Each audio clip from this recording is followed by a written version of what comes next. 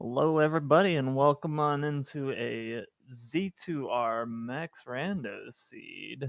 And on commentary, we have Elendar and Mirai. Is that right? That is good enough. Yes, welcome everyone to what is opening day of the Z2R 2023 Max Rando Tournament. Big Picket and CS Tutor are going to be kicking us off today. My name is, as we just said, Mirai, and joined by Elendar. What's up, man? Oh man, I'm excited. I'm excited to get this tournament kicked off. We've got a smaller crew this time, but a very capable one. Lots of good runners. I look forward to losing to all of them. Yeah, it feels like it's been a long time since the last tournament. I feel like I haven't done commentary or anything like this in about 17 years, so they're a little rusty tonight. But it's been like 8, 6, 7 months or so since the last one ended, standard in summer of last year. To me, it feels like it's only been a couple weeks. Oh wow, no! I'm sitting here in the booth now at the ZSR Arena, and yeah, this is it's very comfortable, but I feel like it's been a while. Yeah. So for people who are familiar with last year's Max Rando flags, we got very similar ones this year. A couple differences. We've got the dash spell is going to be in play instead of fire being linked. So we're going to see some runners potentially going fast. Also, our biomes are going to be all of the new biomes, but no vanilla shuffled. Yeah, so we'll have to. All the runners are probably going to open up their menus right as we get in, and trackers can see, and audience can see what we've got. I did not pre-check the seed. I don't think Elendar. I did. I should have. It didn't. But we're going to see real quick. 4 lives right off the start. And it's a 6 gemmer with 1 bar of life. Oh boy, was a reflecting jump to start off there. So, yep. What's this palace? Hey, it's GP. Now, if this were a 0 gemmer, this would be one of these 8-minute seeds we were talking about before we got in. But with 6 gems, our runners are going to actually have to clear all of these palaces, including this palace 1 right next to start. Yeah, going into Trophy Cave here. One heart. It's going to be interesting. We're probably going to see some grinding to get life levels up. Everyone's got their own way of doing things, though, so we'll see if anyone prioritizes attack levels over life levels. Yeah, we're also seeing Patrick being a lot more careful here, making sure that he's not going to get caught up on these enemies, but going to get rewarded with a candle that's going to help him see a little bit better, at the very least see MOAs and whatnot. Absolutely. The candle is perhaps one of the best things you can have this early on in a 1-heart seed. You go into these caves, you don't know if the gorilla is going to fire off a boomerang high or low, if that red dire is about to chuck an axe at you. This is huge, so hopefully Tutor gets into that Trophy Cave sooner than later. It's right next door, so yeah, he should hopefully not miss that. Yeah, and this attack 1, it's attack 1. We were talking about this earlier. Shuffle attack levels is on, but because of a quirk in the randomizer, attack 1 is always exactly the same. Yeah, there's been a bit of deconstruction of some of the stuff under the hood of the randomizer recently, not to take away from the race, but exciting things happening. Patrick pointing out a discovery that we have started with the down stab, so we're not going to see a ton of fair fighting here. We're going to see a lot of jackhammering and holding down to beat the enemies extremely quickly. Yeah, Magic Container there in Heart Container Cave. Tutor in the same cave, and Tutor doing what I hoped he wasn't going to do, is that he didn't get the candle out of Trophy Cave before coming in here, as we're seeing it becoming a lot more difficult to see where gorillas are tossing those boomerangs, and the red dire in the 3rd section of this cave is throwing his axes. He's going to step out. Yeah, I don't think he quite. I think only a little bit towards the end did he realize that he has the downstab. Here, it's going to be very difficult to fight those enemies head on, especially with the gorilla throwing axes in the dark. But just going up and jackhammering them might be a little bit more successful. Yeah, absolutely.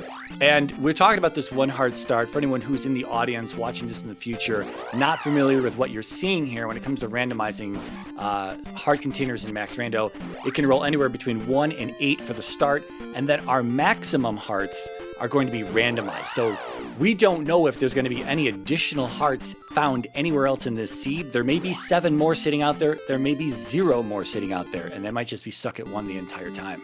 Yeah, and if they're stuck at 1 the entire time, you're going to see a lot of potentially extra grinding, making sure that you get as much you can in levels. You pick runners looking to pick up shield spell, life spell, any kind of safeties they can. Yeah, we might. Yeah, with the 6 gemmer, we're going to see some pretty healthy levels as well, so we don't have to really worry too much about that. But I think we're going to see, like you said, life pickups. Everything you can get your hands on, you're kind of going to go out of your way if there's no other hearts. Yep. Patrick finding the dash spell is in Saria, but unfortunately he is on the wrong end. It's also looking like a vanilla-like biome here. I think I saw a mountain range near the top here. We're not at the top of the map just yet, but there was some little roadway cut in there that's going to indicate we are very likely in a vanilla-like. So we're going to have we're going to have an upper half and a lower half to our western continent today. Yep. Patrick making good use of the upstab to protect him from the bats, but unfortunately, both our runners finding that these Dairas are just one bop and you're dead. Man. One other redeeming factor here of this this one hard start is that they do have those 4 lives to start off with. We are randomizing starting number of lives, and that means they can end up with anything between 2 to 5. They did end up with 4, thankfully. If they ended up with 2, this could very well be a nightmare seed if there are no 1-ups in the drop pool, something that is also randomized in the randomizer. Yeah, we have not seen any 1-ups yet, but they definitely could exist. It's more likely than not that 1-ups exist somewhere in the drop pool, just because of that it's a 50-50 chance in each drop pool, so you get higher odds that it's somewhere, but it could be pretty far into the sequence before we see one. Yeah, Tutor headed back into this dark heart container cave. It is unfortunately just packed with the enemies that you don't want to have to deal with in the dark on one heart. Is that the first one is a blue gorilla, which is probably going to be the beefiest of the 3 gorillas, of the 3 colors of gorilla that there are. And then the red Dire in the back with a moblin. That's problematic. I really hope he just north, just right there is that cave he's seeing right there. He needs to go in there. That's trophy cave for his candle, but he's going around it here. Yeah, answering a question from chat about one-hit KO mode, the hard containers say the same for that. It's technically a modifier to your defense, although one-hit KO not in the pool of things that can be randomized. Yeah, Big Picket making his way to the north side of our west today, finding Fairy in Raru, so he's going to be getting this for free. I don't think we saw a hint there on the first NPC. We'll get 2 more NPC, or at least 1 more NPC here to check a hint on. Yeah, and this fairy spell going to be really useful for Patrick. Going to let him get these access to these early dungeons, and also access to that dash spell, because it didn't look like there was any land route to the south end of Saria. No, and Fairy is castable. I was just going to say, I was hoping he opens his menu again. 42. We would have been able to cast it at our base magic container amount, but we did see Tutor pick up a magic container on the grass tile. We know there's a magic container in Heart Container Cave, and now Tutor's in what we call, it's called P-Bag Cave from Vanilla, but there's no P-Bag in here. We just simply call it like Pillar P-Bag Cave or something. People have different names for some caves, but most names for the randomizer are based on the vanilla item that would have been found in the cave. But randomizing things, it's not necessarily what you're going to find in there. And yeah, man, multiple bouncy cats really giving CS Tutor the business. Bouncy cats are absolutely the worst thing to fight in the dark. Again, this candle that he's missing out on is really, really setting him back. And this is the type of start that you really don't want to... You're on stream, it's opening day for the tournament, and you've got a 1 hard start, which is exactly what Max Rando can give you, and his candle is right there. Tutor, go. Oh, Tutor, go east and head to Medicine Cave ASAP. Yeah, and Patrick finding a heart container here in Medicine Cave, so we do have at least 1 heart container in the pool. Unfortunately, we're really never going to know exactly how many. Oh, Patrick with a really untimely death going to cost him that key. And at 42, he currently still only has 1 cast of Fairy per life, which is going to make it difficult to progress through some of these dungeons. Well, he's close to the grass tile. It's there on the northern side, and if he can find that before he wants to go dipping into palaces, he will have then 2 casts at those 6 magic containers. Should be just south of where he's at. He gets distracted by the Maze Island bridge, though. I don't blame him. Yeah, there's usually 2 fairly free items on Maze Island and potentially more connectors. And it's the sort of thing you want to find early. Except it's not Maze Island, it's Death Mountain, and he is out. We'll see if that contains... We haven't seen any other...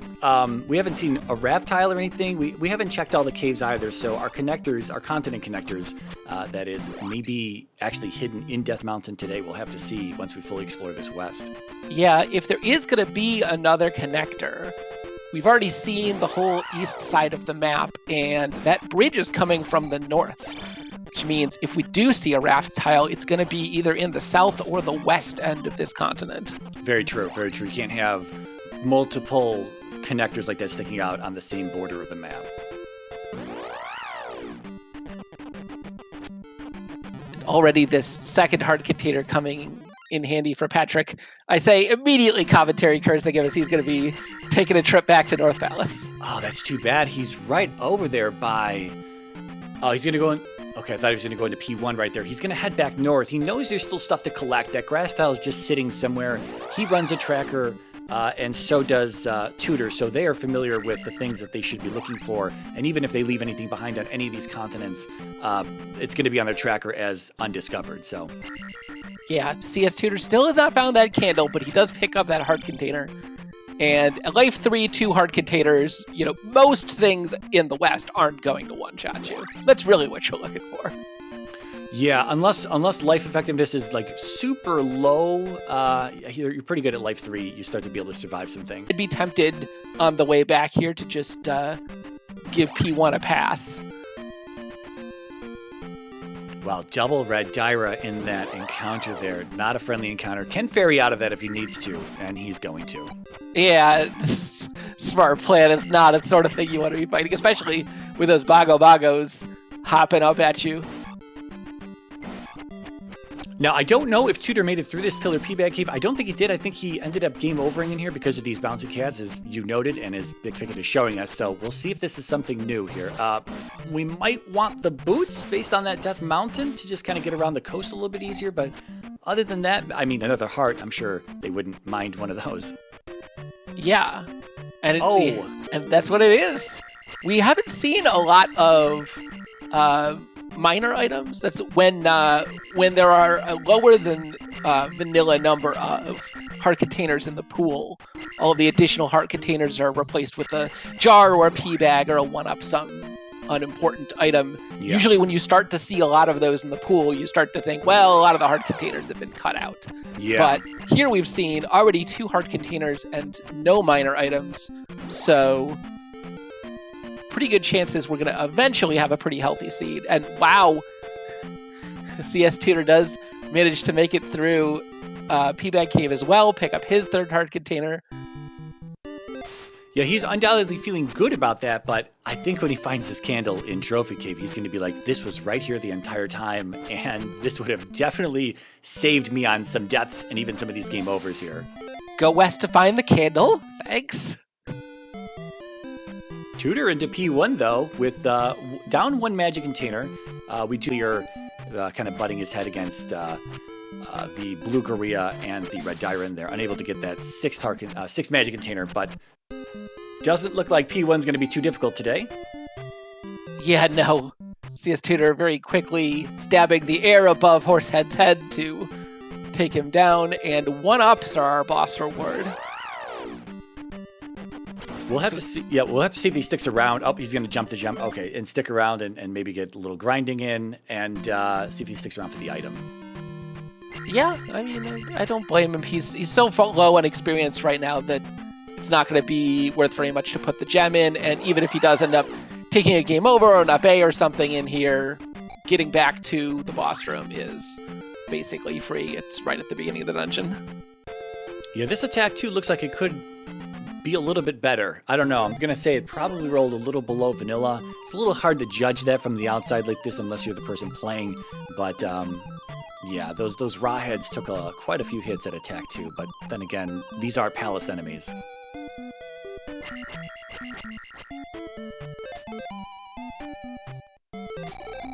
Patrick going to be grabbing the dash spell here in Saria. He did ferry over to this side. I don't know if there's anything on the other side here. It could be a small little island that the other side of the Saria is connected to. Maybe there will be a raft tile over here. But regardless, we still don't have a raft. It would be good information to have. Yep, Patrick gonna shortly have his dash spell, and dash follows the same leveling curve as fire. So at Magic 2, it's gonna be very expensive, but very quickly as the seed goes on, we're gonna see potentially single-digit costs for dash and a lot of running very fast.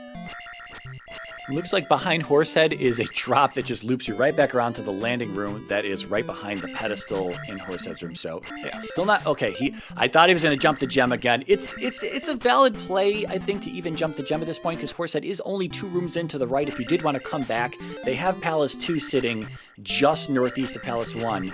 And if they don't want to do P2 first, get a few more levels, and then finally place the gem here in 1, come back. You could see that as a valid play early on in the game. Yeah, and here's saying something about the potential difficulty of the seed, with being a 6-gemmer with 1 starting heart. Patrick gonna go and look for the hint for the life spell. Finds out that it's in P5. All right, so it's not going to be here in the item room this is Horsehead's item room. Hopefully, oh no, this is one of those item rooms that is problematic. Oh, this is dangerous. All right, it's fine. Oh boy. Yeah, he doesn't have a key, so I guess he's okay either way. Yep, that room is slightly bugged. That and another room have an issue where if you open the door and then die after you have opened the door, but before you pick up the item, it has some possibility to despawn. We're working on it. Currently under investigation. Oh no! So Patrick finds that trip across Saria did lead him to another town, but just a dead end. They are going to need boots to hit the remaining section, it looks like. Yeah, or dig Death Mountain for fun. Yeah, well, I mean, so we are rapidly running out of places to look. I don't think we've seen another palace other than 1. We know 1's item is not progression, and I think they've accessed all of the caves that they can get to.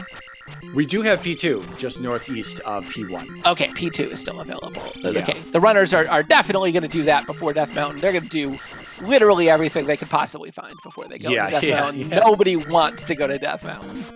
And it's a little silly. I mean, it'd be different if it were P5 or even P6, a little bit longer. Bosses might be a little bit tougher for some people to get through those. Or even P4 without having... I guess they have Reflect, never mind. But yeah, if it were different... P2 isn't... Like, the boss is not that difficult, at least in my opinion. And I don't know. It is long. P2 is long, it's a deceptively long palace. You think, it's just P2. It's one of the earlier dungeons. It's not that long. P2 is significantly shorter than P3 and the same average length as P4. It's interesting the way that the game is broken up into the palace pools of 1, 3, 1, 3, and 5. I'm sorry, 1, 2, and 5, and 3, 4, and 6. And it has to share the way that there's obviously limitations to the Nintendo ROM, and it has to jam in how many ever rooms, and so that the later palaces have a lot of rooms. P1 has few rooms, but then there's so much room left in the bank that P5 has a lot of rooms, and then P2 kind of fills in the rest of that. And there's just, you're right though, you'd think you go into a palace 2, level 2 is not supposed to be that much more difficult than 1, but it can be. Yeah, so Patrick taken exactly the same loop as CS Tutor did, kill the boss, find the drop loop, go back, go left. He's gonna take a few more rooms and find his magic container. Did he place the gem there, or did he jump that and he didn't place it for... I don't actually remember. Given the state of his experience, it looks like he jumped it. Yeah, that's what I assumed as well. Now, Big Picket should have the information on this room here. He's a veteran runner. He's active in the Discord, and he's know that. I don't think he has a key either. It's really only an issue if you open the door and then take a death. Yeah, it's kind of an unlikely scenario to occur, but those Hammer Brothers are definitely the sort of thing that could cause you to get into that kind of a situation. Yes. Tutor gambling on the immediate left in P2. Unfortunately, it is just an immediate dead end as well. It's also immediately pink. So pink.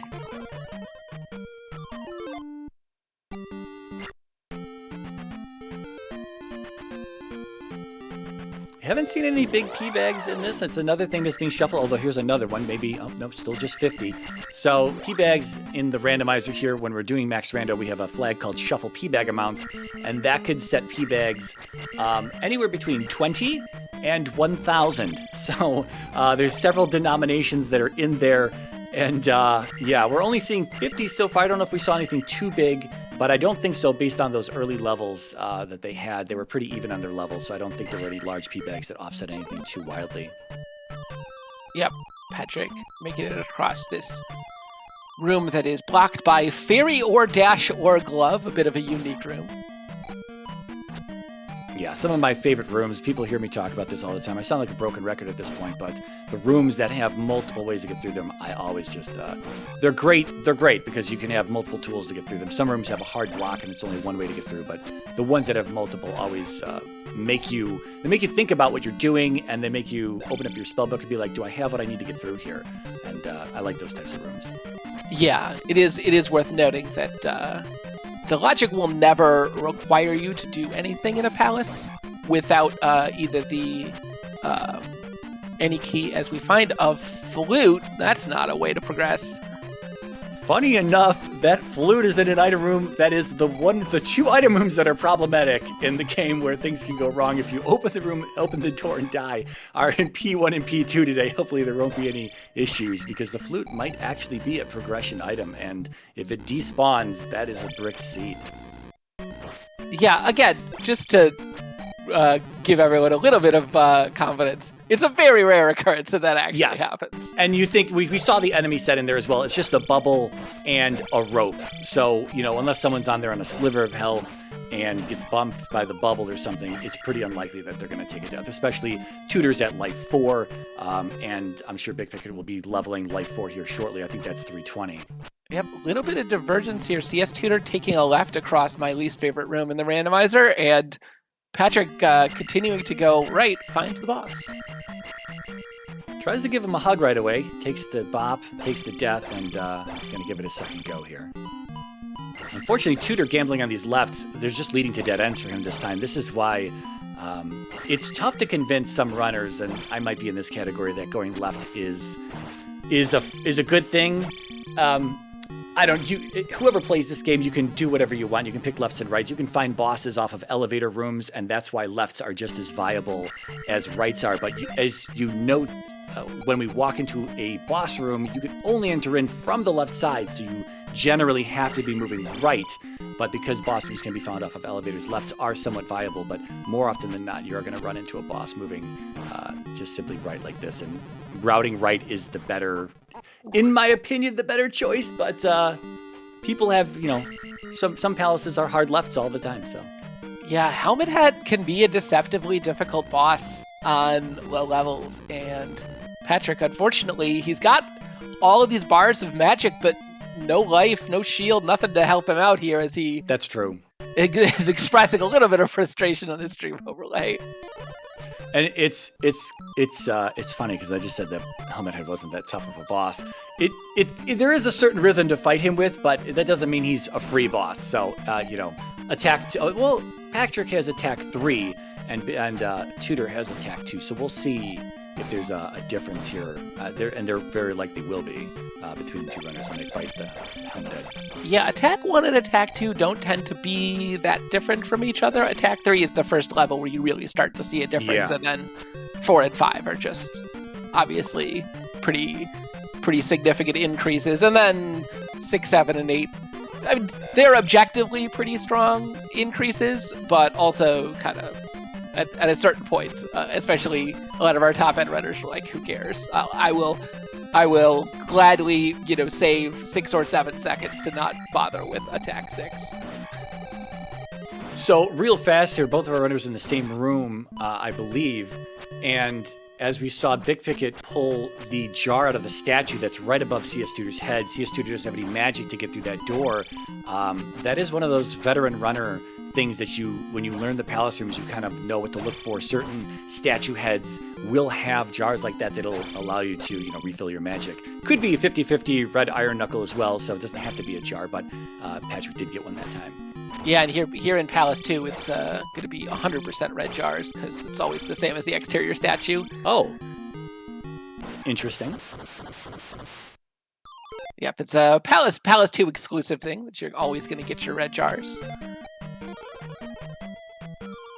Yeah, we're seeing Big Picket's attack 3 definitely come through on this fight here. Yeah, but he wants to get a little bit more experience. But unfortunately, this room not going to give him an easy way to get it. Yeah. Bosses are dropping 1-ups. That's nice to see. Be a little bit nice if it was more of a low resource seed, I think. But again, with their 6 gems, already having 3 hearts, they should be okay. But if we do have a required Thunderbird in something like Great Palace, then getting a 1-up after that fight can be quite useful. 3 blue iron knuckles. Yeah, this is quite the room, and Tutor's going to say, no, I'm going to go back, but unfortunately takes a bop there. We'll see. He might just go back in the other direction. He can actually go back in the room before Helmet Head. There were generators in there that would give him some experience. He only needs 7. Oh, no. Yeah. That's a terrible feeling. It's a 6-gemmer. I'm not that concerned. I don't know what level CS Tutor is typically comfortable with, but... Okay, CS Tutor is not gonna go get that flute. He's just like, it's the flute, whatever. And to be fair, in a lot of seeds, the River Devil is notoriously useless. But in this flag set, it is 50-50 to have a palace hidden behind the flute. What are the 3-eyed rock, as it's called? Yeah. And so we could see a flute required, and if CS Tutor gets to the east and finds that out and has to go back to P1, he's going to be quite disappointed. But Patrick does gain his level up, although he paid a fairly high price for it. And I think that 320 is going... That could be Magic 3. I didn't see the level up screen. We'll see it now, though. Yeah, this is Magic 3. Okay. We'll see if that gives him much of a discount on Fairy, but way too quick to get on that pause. So Patrick, well, both of our runners having 1 and 2 down here. I imagine Patrick is going to be off to... He's seen everything that Tutor's kind of looking around now, but I'm sure he's off to Death Mountain. He wasn't able to find anything else. No boots to give him access to that area over by the other side of Saria and Rudo. So I would imagine Maze Island Bridge it is, and into Death Mountain we go. Yeah, and we're going to see. It's going to be slightly tricky. It looks like this is either mountainous or vanilla-like biome, but no obvious caves that could be an exit just from the start. Yeah, so a vanilla-like, the dead giveaway on a vanilla-like is that because the vanilla version of Death Mountain in the game has just yellow roads to it, if we have yellow roads everywhere instead of terrain, that'll be the vanilla-like. So we do have a mountainous here. Or it could be a caldera. We haven't really seen the middle of it yet. Yeah. The race room's name is Jolly Caldera, so I was hoping to see one. Just an absolute murder of enemies here. And this is where that candle, this is another one of those things where that early candle's just so helpful. Even on Life 4, 3 hearts, no shield spell though, boomerangs galore, and Patrick's going to say, nah fam, I'm going to go to the lower level. Yeah, there's no reason to go fight your way through that when you could just not. So we don't have a raft. If we see a raft tile, we may have a raft in Hammer Cave. We see Spec Rock there, but we don't have the hammer, so that's not accessible to us currently.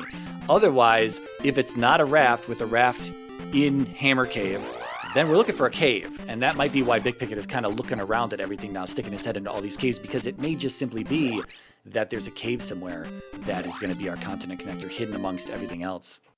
And it looked like maybe there's a little hint of a caldera sticking out there. Yeah, we'll have to see if it's jolly or not, though.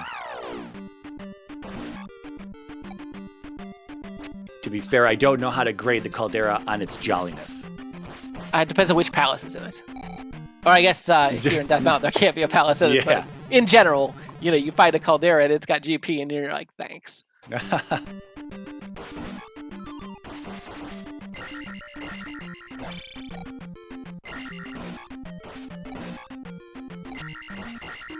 Yeah, I've not noticed this. If anyone has seen anything larger than a 50-bag drop, I'd love to hear it, because I haven't seen any high amount bags drop just yet for P bags. Oh my god! Right, gyro to scare the crap out of you. You smack him, into the lava you go. You hit pause. You're like, why didn't I cast fairy? But Patrick here on his last life, he did get a little bit of confirmation sticking his head further right and taking a look that it is a caldera. Okay. I think, see, Patrick's he's trying to explore everything up here. I don't blame him one bit, but from the look of it, if I got a quick glimpse of what I saw, I don't think there's another cave there that's going to help him. I think it's going to wrap him back around south to give him access to Spec Rock, but again, no hammer. But maybe he sees something I don't see. I'm obviously looking back and forth between both these runners, and it's quite possible that I missed something. Okay, Patrick got 100 bag. That's more than 50. Okay. Yeah, I think it was 9 something. Oh, I am. Okay, I thought that was a good cave right there. I was thinking about that. All right. Yeah, you could see that connector from the start. Obviously, okay. You just have to sort of remember what it looks like. And yeah, I don't play Patrick here. It only has 1 life. How much do you actually want to dig through? You just gained your level recently, so you're not wasting any XP. Just take the up A and give it another shot. This just came to me. I'm pretty sure Patrick, just as a side note, as a fun fact, I'm pretty sure Patrick was an opening day Max Rando tournament last year as well, so. Yeah, he's also in the closing day. That's right. He is the defending champion of the 2022 Max Rando tournament. So yeah, he. I guess to talk about history a little bit there. There's Big Picket's history. Tutor. This is his. Did Tutor join the standard tournament last? I don't remember. I'm sorry. I think so. I've definitely seen him around. I have to admit, I don't always remember people's names. Yeah, because he was in the Nibiru Invitational afterwards. Yes, Tutor did join. That was his first tournament last summer, just 7 months ago. And then this is going to be his second one. So he's a fairly new runner, but he's been doing a lot of practice lately. And I'll be honest, he's looking a lot better than he did last year for sure. We got a bunch of new runners in this particular tournament. We don't have a huge turnout this year, and probably half the runners are fairly new. Some of them doing practice, some more than, I think all of them have been doing practice, some more than others. We'll have to see how they all turn out. We have another race tonight with 2 kind of newer runners as well. So that's another thing. If you need more Max Rando after this, there is more coming. Yeah, and some of that is true of some of our veteran runners too as well. Some of them have been doing literally hundreds of seeds since the last tournament. Some of them literally races. Oh my god. Just 1 or 2.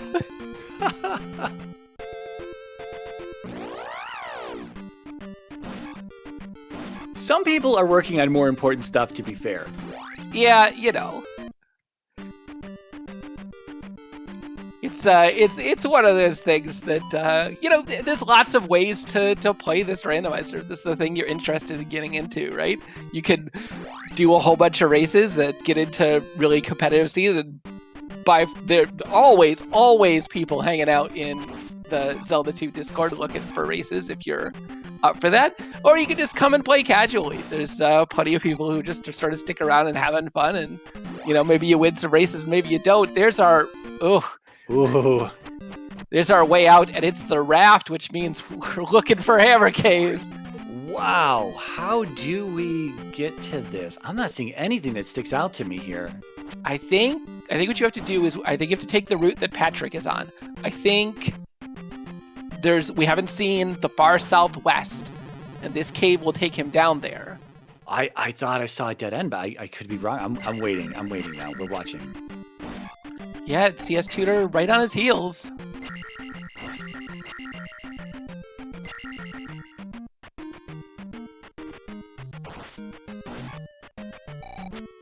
Yeah, they both actually did the Reese T. Yeah, that's what I thought. I don't know. I'm lost, and I think Big Picket's like, getting a little concerned here. We've seen a lot of Death Mountain, and no Hammer Cave. It definitely exists. It's definitely out there. We just have to find it.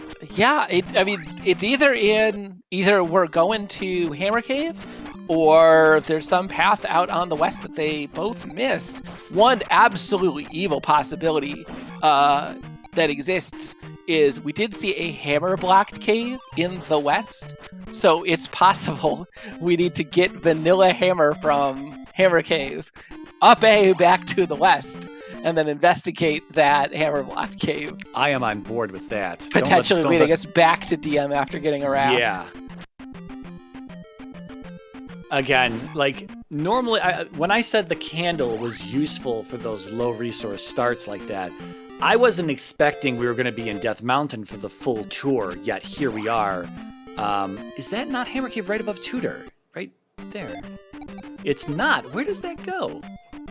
Maybe further to the northwest? I mean, it has to, yeah. I might as well take it, and that's what Tutor's doing. Okay, Patrick found... Oh, I see. It goes to I think it goes to a middle section here, right south of where Patrick is in that forested area. We'll just have to wait to see where Tutor exits out, but I think that's it. There might be something in there. I mean, at this point, you almost have to expect there's something in there. Oh, there's nothing in there. Okay. Oh, and Magic 4, big cost reduction for Dash, only a couple bars for Patrick.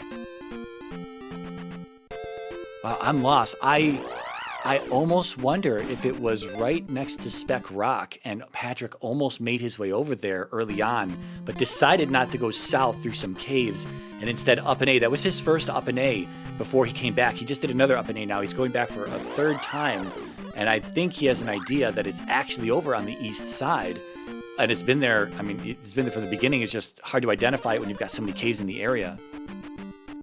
Sometimes Hammer Cave, for anyone who plays this enough, you'll notice that there are times where Hammer Cave sticks out like a sore thumb, other times where it is camouflaged very well, especially in these caldera or mountainous biomes. Yeah, the caves always exit in the direction that they're pointed, right? Yeah. So if you're heading south into a cave, you're going to come out south of where you were, up to 3 tiles east or west of where you went. So it's not going to move too much to the side, but it can move. I believe the limit is like 20 something. I don't remember off the top of my head. Tiles in a straight direction. So. Okay, so there's a cave that's right next to Speck Rock, and it's facing south, and I think that might be our answer. Yeah, it's definitely possible. True. Oh, I thought Tutor had an up and A as well. He did not dip. He did not go back just yet. Okay. Okay, Tutor just finds a way back to the caldera. He's thinking, do I take this? Do I just stop A? He's going to go back. The whole start here can be very, you're on a restream, it's a tournament race, it was a low resource start that probably kind of got the tilt meter going a little bit on our runners with the early deaths like that and just taking, one hit KO. And that's understandable, that happens, and now we're in this Death Mountain, so I wonder what the general feeling is at this point. But it's funny that neither one of them's really in the lead. They're both doing the same thing right now, and I think Patrick is right on his perfect path. I think he needs to go just south, this cave south, I think. Yeah, Patrick had a little bit of a lead coming into Death Mountain, but they both spent so long here. Yep, and here it is. It was literally right next to the start. Yeah, hard to tell that because there was so much clustering of caves there, also headed south. You didn't know if this would have been an elevator network that just kind of paired up with a different set of caves. And nope, here it is. All right, so it's at this point, it looks like it's going to be hammer or raft. So yeah, it could also be boots to get us the end of the west. Wow, and Patrick bravely dashing through this lava room and getting punished for it. Well, Tutor takes a game over there. That's good. It's gonna. Hopefully, he gets back to that Death Mountain and makes his way to the east side to do a little bit more exploration because he didn't fully explore it. Of course, as we know, the Hammer Cave is now here, but he does need to head back there, and I'm sure he's frustrated. That it almost begins. You almost begin to question whether it's actually there. Oh my God! Hey, it's boots. It's going to be boots to something. What other caves have we not seen? We've got trackers on our players here. What are we missing? It could be another. We haven't seen the second. We haven't seen either transport cave. It could just be an exit to the east here across the river.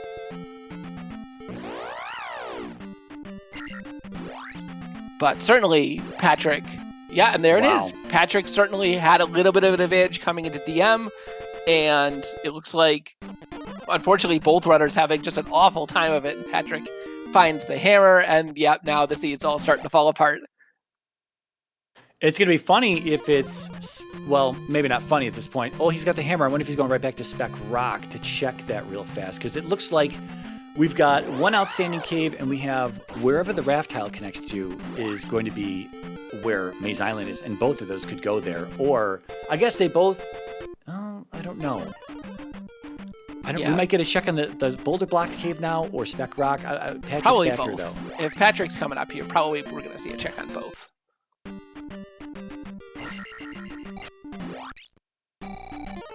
Oh, man. Okay, I saw this missing on Tudor's side, but I wasn't sure if he had just not marked it or if it was actually missing. So it looks like it was actually missing, and now we have Magic Container Cave. So we will have a cave. Oh, boy.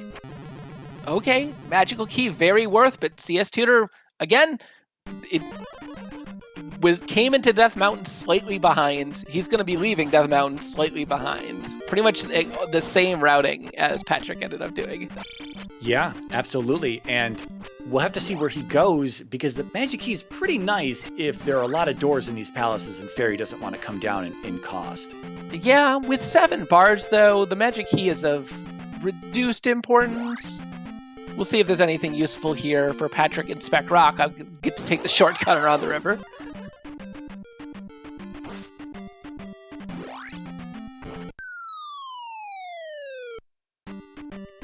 And it's a jar. Yeah, so if Tudor does end up skipping that, he won't be missing out on anything, although he may think he's missing out on something for a little while until he finds better progression items elsewhere. Yeah, thankfully that didn't cost Patrick very much time at all to do Very that true. check. And now with Islands East, islands are, as usual, absolute disaster if you don't have the boots, and a complete joke if you do. Yeah, still difficult to navigate at times, though. If there's just some weird configuration, there could just be something kind of hiding in the middle. A lot of people, one strategy to route an island's biome is just simply kind of walk the perimeter, and you'll see a lot of things, but sometimes there will be a town you're looking for, that palace that you think is somewhere else. It's actually just hiding in the middle of this big old islands biome that you can't really track all that well. Now, Patrick has Reflect already. He's realizing that, and he's like, wow, I guess I'll keep this water for myself as I leave this town. Yeah, there's plenty of deserts around. You could get a bit thirsty. Yeah, all the running in the deserts, he's going to need this water.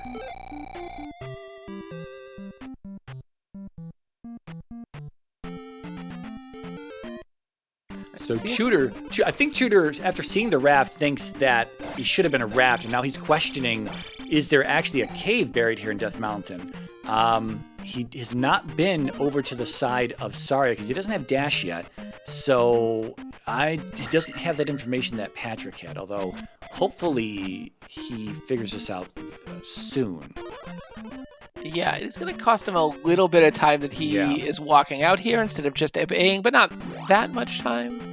Sort of depends on whether he can use this, whether he can connect through to the water in this northern area instead of just in the southern area. I don't think we've seen what you can do with the boots here. No, he's just going to walk back to North Palace. He also might have some experience built up that he wants to keep. He's seen water before. That's a good indicator, something to remember when you're routing biomes, that if you see water, just keep that in the back of your mind. If you can't see the other side of it, that is, and it's not the edge of the map, there might actually be something out there that the boots will get you. In this case, there definitely is.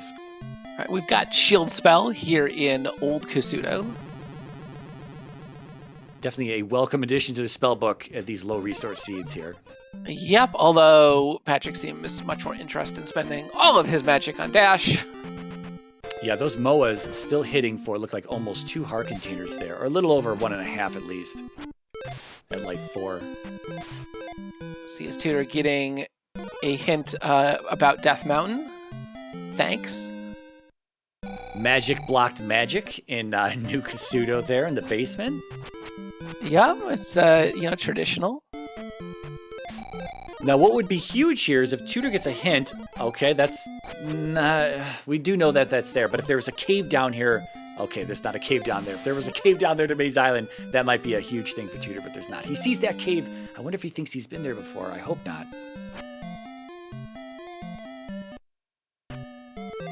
Yeah, there are 4 hints scattered throughout the game, and they can be in any of the towns or a couple of the overworld locations.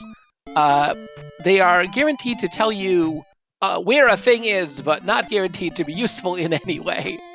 Yeah. We don't have deceptive hints like some randomizers do, like Z1R has deceptive hints. Our hints are accurate, but they may not be entirely useful, as Elendar said. Yeah, they are typically hints for things you have already found, because why would they be helpful? Yeah, on that topic, though, it can be difficult to kind of gauge where a runner's going to be at a certain point in time unless hints were specifically for items that were perhaps like locked in a palace somewhere and you weren't expected to be in that palace. I mean, you can probably build some useful hint logic. Oh, Barba slithers with the pea bag. Okay, so that's at least a hint for a location they have not gone to yet. Yeah, and on the topic of hints, did you say this? If you did, I'm sorry, but it's going to be one junk hint like we just saw for a small item. And then, I guess it's not a junk hint necessarily. It's going to be heart container, small item, magic container, hint. And then the other 3 are going to be for actual items. I believe they're actually all completely random, if I remember. Oh, okay. Although, given the item distribution, it's pretty likely on average you're going to see slightly less than 1 hint for a junk item. Yeah, because there's just so many... Yeah, so especially if you consider heart containers or magic containers to be junk items, then there's just so much of the pool is not progression items that you're probably going to get at least 1 hint for one of those. But my favorite hints are for like go west to find the candle, right? It's like, okay, welcome to 2 minutes into the scene. Yeah, it would be more useful if the hints were something like behind for boulder blocked caves and you didn't have the hammer or something. It would be further down the line, but there's really no way to control that currently in the randomizer. Speaking of pea bags, one for both of our runners here, Patrick finding one of the desert tile CS in this pea bag cave. P5 sighting. It looks like we're seeing both of these palaces here, so we won't have a flute block or hammer blocked palace. Okay, that's good news for CS Tutor. It means not getting that flute is not going to set him behind at all, since the odds of seeing a River Devil block in an islands biome is basically 0. Immediate item in 3 or 6 here. If it's a pea bag, it is probably 6, but that doesn't mean that 3 can't also have a pea bag, so it might be a little deceptive here. All right, P3 it is. When it comes to identifying palaces, each of the palaces have a unique... there are pairs of palaces that have a unique pillar and cap to them. And then normally you can tell what palaces is from the outside. Palaces 3 and 6, however, they have the same pillar and cap. As you can see in the previous room there, we'll see more pillars and caps throughout this. But 3 and 6 has the same exact outside behavior on the statue as well. So you don't know if it's 3 or 6 before you go into it. We had the hint for Barba Slithers with a pea bag, so no pea bag in the item room. There's a heart instead, so we know we're in 3.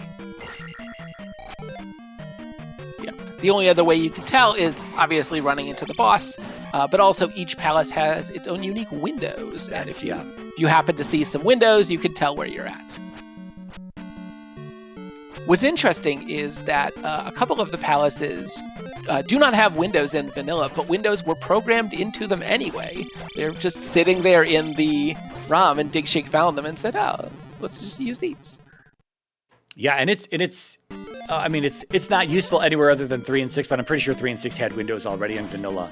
But it's just a nice little touch because the rooms have windows. I'm sure they ran into that when they're putting shuffling rooms around that had windows, and they fell into a palace that didn't have the vanilla windows. They're like, never seen these before, and so we'll throw these in.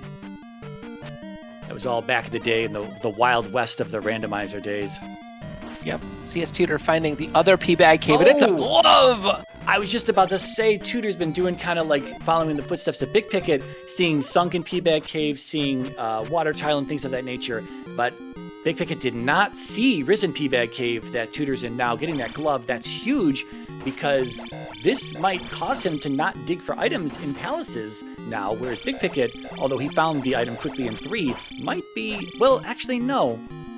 What does he have? He's got 4. 4 is the only palace he doesn't know what the item is. If he remembers that Guma is sitting on the trophy, then I guess he does have... All right, so Patrick might not be as caught up in palaces as we might have thought here.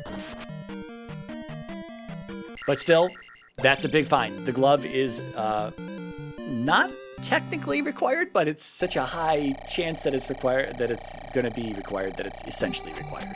Yeah, we don't have... Whoa, CS2. Hello. With another big pickup, finds a way into Maze Island. That is where the raft takes you, but it is not required this seed. Yeah, so something that could cost Patrick a little bit of time. He's got the raft out of the spell tower in Nukasudo, and what could happen now is that if he doesn't find that cave, he's going to have to go all the way back through that Death Mountain to the raft tile to access Maze Island, whereas Tutor's just going to clear this out here and now. He's got any tools he could need. We know it's going to be P4 because we don't know that. We don't know what's in Death Valley. So Death Valley and this are going to be between 6 and 4. So we might see 4 here. Regardless, he's equipped to handle either one of these palaces. Yep. Wouldn't be surprised if he spends some time searching for these items. First, we know one of them is the medicine, which is required for Thunder. Okay. The other, a heart container, another nice pickup. So far we have 5 known heart containers here, with that other one in 3 that Patrick picked up. Yep, and given the number of small items they found, still possible to have, I think, the full 8. We might be down to 7 available, but certainly not going to be a poverty seed when it comes to life. Yeah, I think we're actually out of locations at the point. We've seen everything on the west. We've seen, I think, collectively everything on the east. Here's the item in 4, where we're about to see right now. This was the only outstanding item because we know it's in 6 and in 5. I can still ferry up there.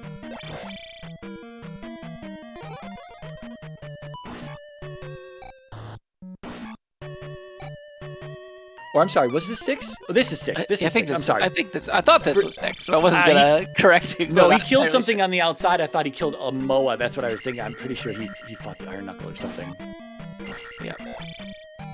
Yeah, he's still a little low on magic levels. He's got plenty of containers, but magic 4 is probably going to be key for him to having enough cast as we see. Yeah, definitely the jail bars that indicate that you are definitely in 6. Yeah, so even though the hint was for the P-Bag in 6, it's not much of a time loss at all, seeing it was the first room right as you walked into the palace. And so that's going to be big for Tutor because he's not, again, you might think that you're wasting time looking for an item in here, whether he would have or not. He wouldn't have been rewarded, and it doesn't matter. He's done. He just needs to find a dragon and get out of here. Yeah, Patrick did get a sighting on that trophy, but rightly decided, I don't really need the life spell. I'm just going to keep looking for that boss. Yeah, at this point, any of our runners, well, he's back in here. He might hit it with the dash spell now, but any of our runners could feel like they are way behind when in fact, oh, nope, that's a skip. All right. But they could feel that they're way behind just based on that early game performance, but they were both doing the same thing, man. This catches everybody, I'll tell you. Everybody always thinks they're behind, and then rightfully so, but it's funny that they're very, very close to each other for all the shenanigans that could have, that did occur and could have further occurred. Yeah, Patrick, interestingly, he took a drop in that 4-way drop room with the statue. I'm a little surprised. Usually when you drop from a room into the same room, you want to drop one more time maybe to make sure that you are actually in a different room and not just another copy of the same room. Yeah, or at least in the case in that room, when he came through from the right side, he could have just looked a little bit to the right to see if it was the same enemy. And in that case, it would have been the same room. You would have known that. Enemy sets, for anyone not familiar, enemy sets help you identify duplicate rooms. Yeah, turns out that is just, regardless of whether it was a different room or not, takes you right to the boss. But it's the thing that can get newer runners sometimes. There is no guarantee that a palace does not contain 2, 3, 4 copies of the same room. Mm-hmm. And to some extent, that's not even a feature that's unique to the randomizer. There are quite a few palaces in vanilla that have several identical or nearly identical rooms. All right, so 4 gems down for Patrick and only 3 for Tutor, but he's about to place his third if he could find this dragon sooner than later. 6, going to be a very large palace potentially, so this dragon could be well hidden. It could be attached to this elevator. We'll have to see.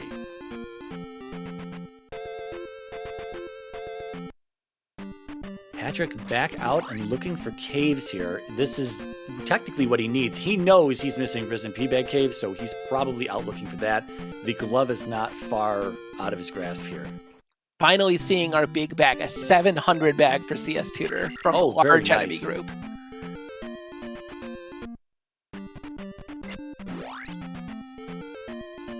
As he passes through the fake wall room, a room so ridiculous that if we had put it into the randomizer, people would complain, but just a vanilla room that you could walk through a wall in. Yeah, I think the original thought process behind that was that people should be familiar with at least the vanilla game.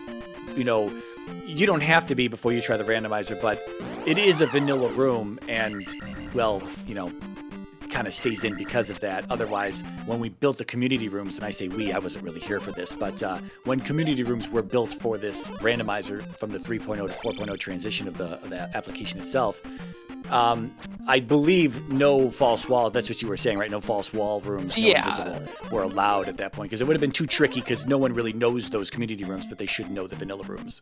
Yeah, and in vanilla, the false wall does make a little bit of sense because there are hints about it in the game already, but yeah. All right, Patrick is going to finish exhaustively searching all of his remaining locations on the east, so he does get his glove, which is going to be very nice. We still have not seen any kind of a glove block yet. No, not yet. It's okay. GP's coming. Yeah, pretty much expected in GP that there's going to be a glove block. Tutor's still looking for this dragon. I haven't been following him too closely here, but he's taken a lot of, I think he's just kind of forced left at this point, so we'll see if this leads to another elevator that goes up or down.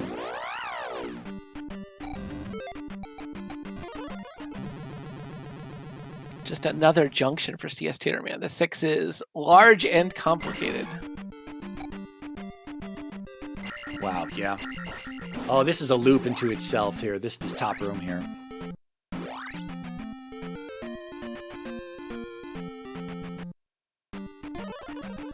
Okay, good and bad news for Patrick. He did get that glove, but he's going straight into Valley of Death to do what is going to be Palace 4.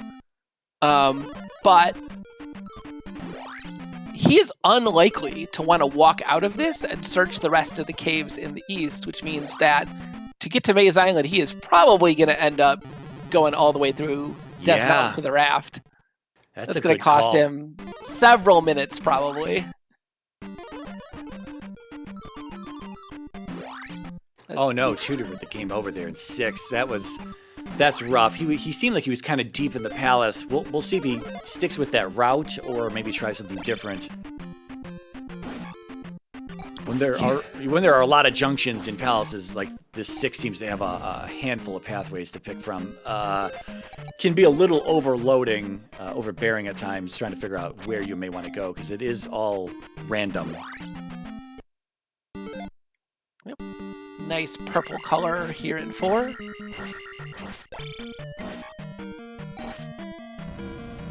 I should finish that thought when I say random. It's random in the sense that in vanilla, there's like logic to the floors of the palaces that you're in, whereas in the randomizer, there isn't. You can find loops that go in all kinds of different directions that will loop you around to. You might be 3 floors up on an elevator, and you go right, and all of a sudden you've looped to the left side of a room that's actually, 3 floors down, and it's like, where am I?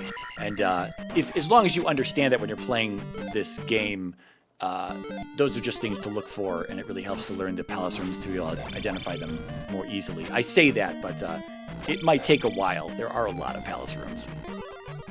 Yeah, the only guarantee you have as far as the construction of the palace is that there won't be any ways to get behind the boss other than by going through the boss. Yes. So if there is a significant chunk of the palace behind the boss, the only way through it will be through that boss room. There won't be any drops or loops around. Patrick finds our last item here in 4. It's the cross. Thanks. Yeah, unfortunately not going to be too useful now that we've gotten through Death Valley. We're pretty much done with the east. GP's not going to have invisible mowers because it is on the west today.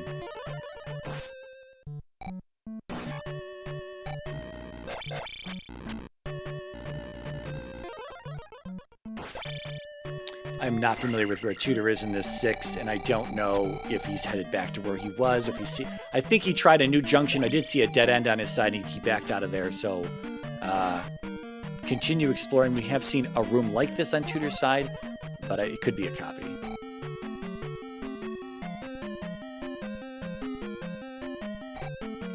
Patrick demonstrating how this room is navigated with dash instead of fairy. It's also possible you can jump down that hole and break those blocks away with the glove, but if you're already casting dash to go fast, might as well hop the gap with it. Yeah, I was concerned in that next room he was in with the generators on the crumble bridge that he might have gotten himself in trouble with dash there. Okay, CS Tutor's new path does lead him out to Barba here. As Patrick finds Karak, we've got a pretty close race simply because the two palaces that Patrick did get completed quickly were sitting right next to each other on the east there, so. Yeah, we also know it's likely that Patrick's got a few minutes of lost time ahead of him going back through Death Mountain to Maze Island. Yeah.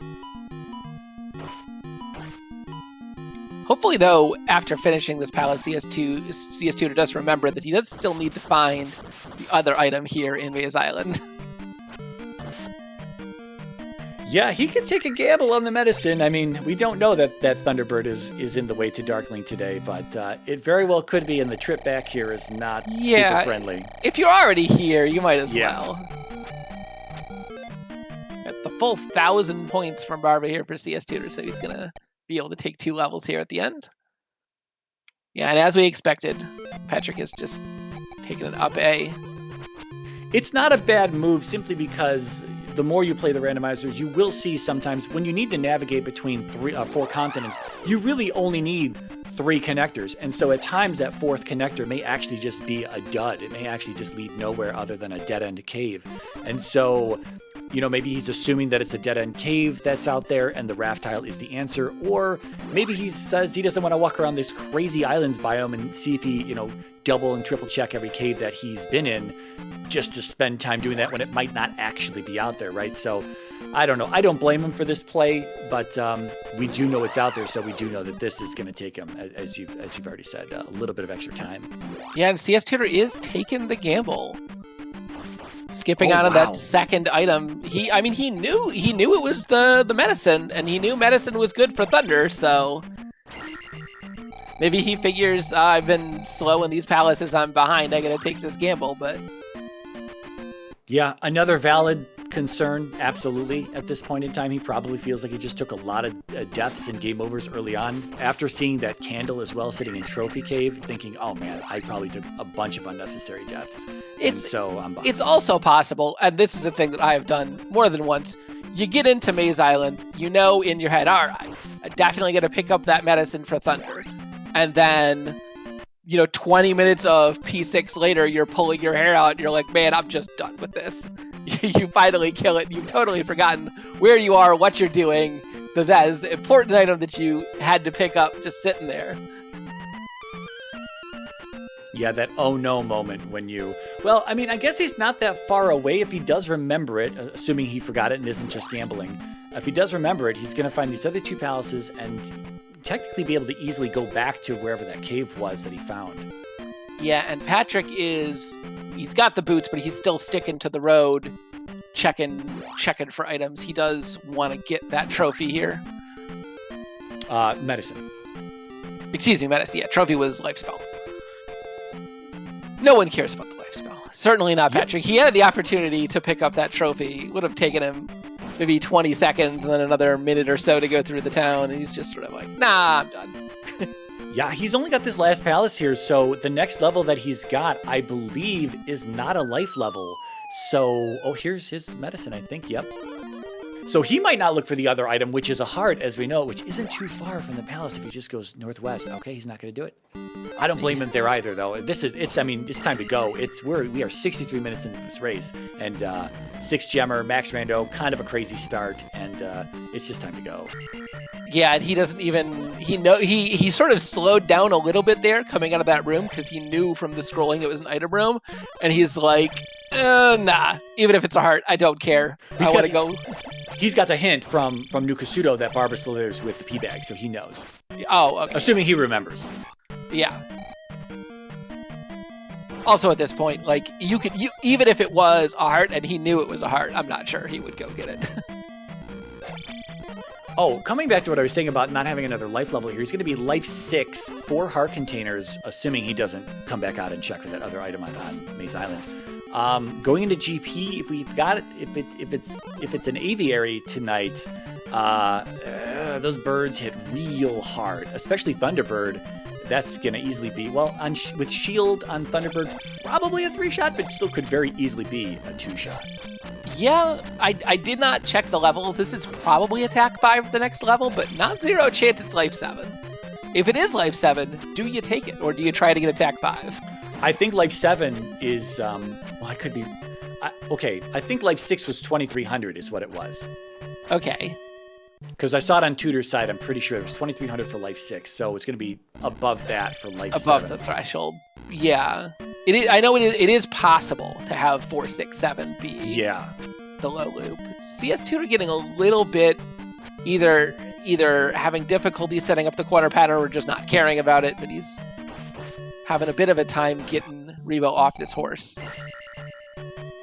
Yeah, the horse seems a little beefy. Oh, wow. P6 for Patrick is incredibly fast. He just took that right route right off the start. And yeah, this is going to be huge, although he is going to have to give it another attempt.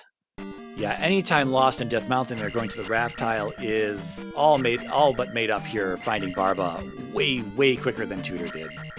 CS Tutor on no life. I'm very surprised that didn't kill him, but does successfully take Revo down.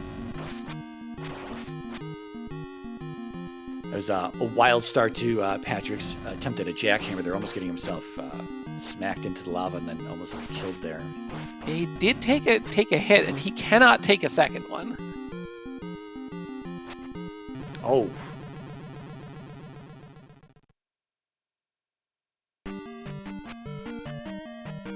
Yeah, if anyone's confused as why he's stepping out, he needs to do it again. He's not going to do it. Okay, he's stepping out of the room because as you come into the room, Barba, this is the vanilla Barba room.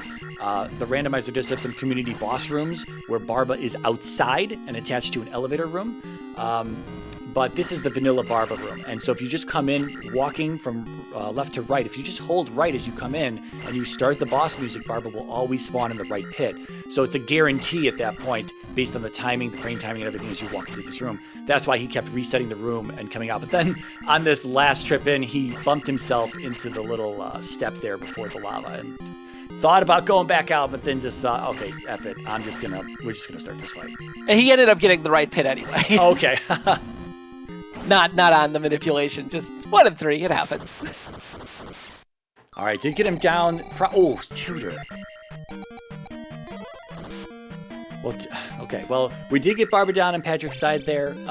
Again, still not much of a time loss. I think Tudor got it done on the first attempt, but I think Patrick's got the faster timer, even with the Death Mountain dig to come over here, because Tudor did end up game overing in P6 there one time and had to do kind of a separate dig.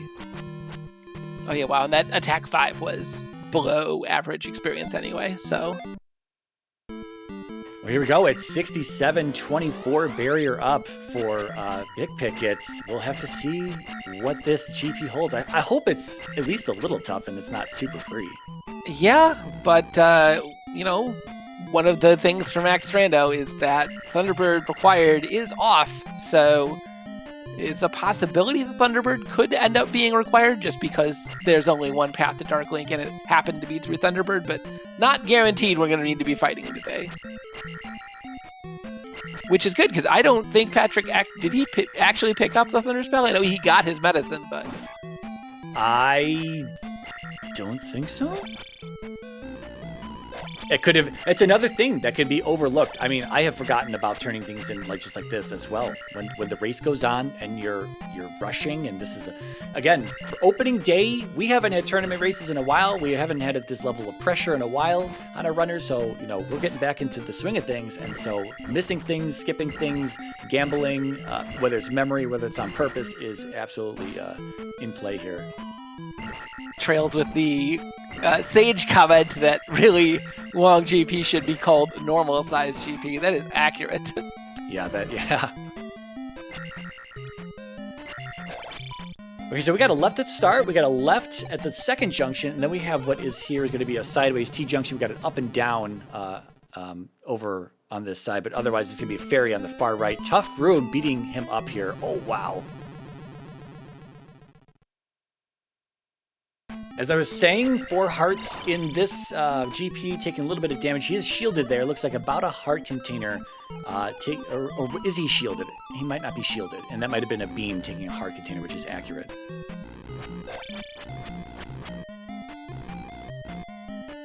Okay, we still got more choices. No Thunderbird sightings yet. No Dark Link sightings yet. Just a bit of a clarification on room counts. The room counts for GP do have a bit of a shuffle in them, especially for shortened GP. The full-length long GP is between 54 and 60 rooms, and the short one between 54 and 59 a fence post in there. And then short GP between 27 and 40. I had to go look it up. Nice. This is a really good room that Patrick's in. Unfortunately, it did not have any generators in it, and when there's no enemies in this room, there will be a 50-50 red jar bird in the block that Patrick hit on his way through. Okay. That is a Thunderbird.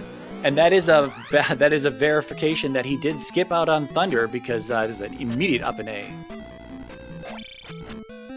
Yep, and Patrick gonna try to take every route that he can think of before conceding that Thunderbird is actually required. I don't blame him. Here's already a 4-way fork, or a 3-way fork at least, that give him some more possibilities. The elevator shaft of doom into a fun room. Could be packed, could be empty. Looks like it's quiet today. Yep. Jump and dash / fairy block room here. Yep, jump and dash good enough. You do need both if you don't want to cast fairy. Yeah, as always though, don't just rush to cast one or the other. You need to do a little bit of math really fast. Sometimes jump and dash is actually more expensive than fairy, but it can be the other way around. Yeah, I'm sure at Patrick's point, even if it cost him a little more magic, he sort of just would be like, well, dash is faster. I'll spend the extra magic for it. And it looks like he actually looped here. If this is the same room and not a duplicate, then this is, if there's a fairy on the right-hand side, this is the, this could very well be. And that means that Thunder looks like Thunderbird required. Well, does he have an extra left up here? He's got at least a few lefts. Okay. Oh, he's going, wow. He's got a second left at the second junction, and he has a down at that fairy room. So this is interesting.